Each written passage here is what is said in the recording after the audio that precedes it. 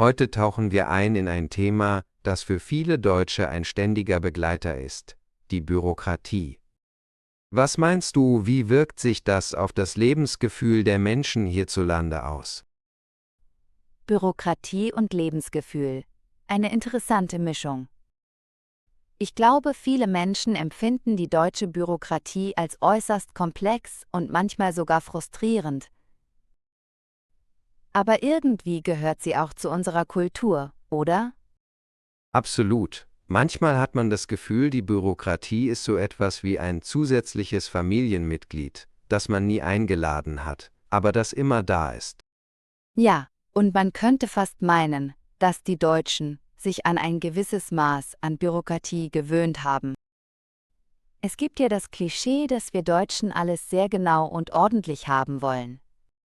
Richtig, und das spiegelt sich auch in den vielen Formularen und Anträgen wider, die man ausfüllen muss.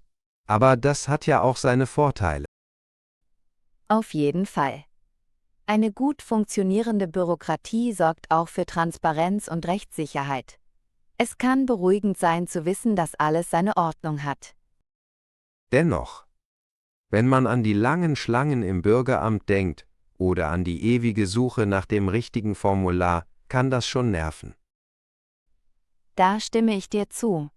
Das kann besonders für Neuankömmlinge in Deutschland überwältigend sein.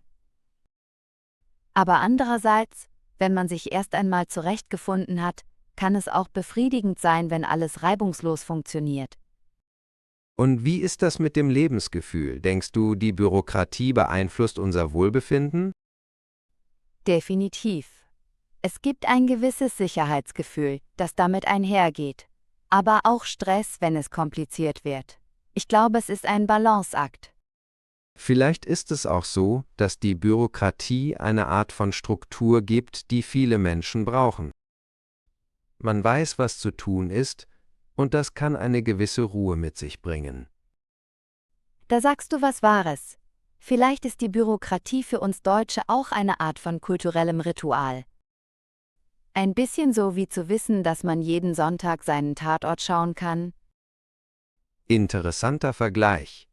Vielleicht sollten wir die Bürokratie ein bisschen mehr wie den Tatort betrachten und weniger wie einen nervigen Pflichttermin. Gute Idee.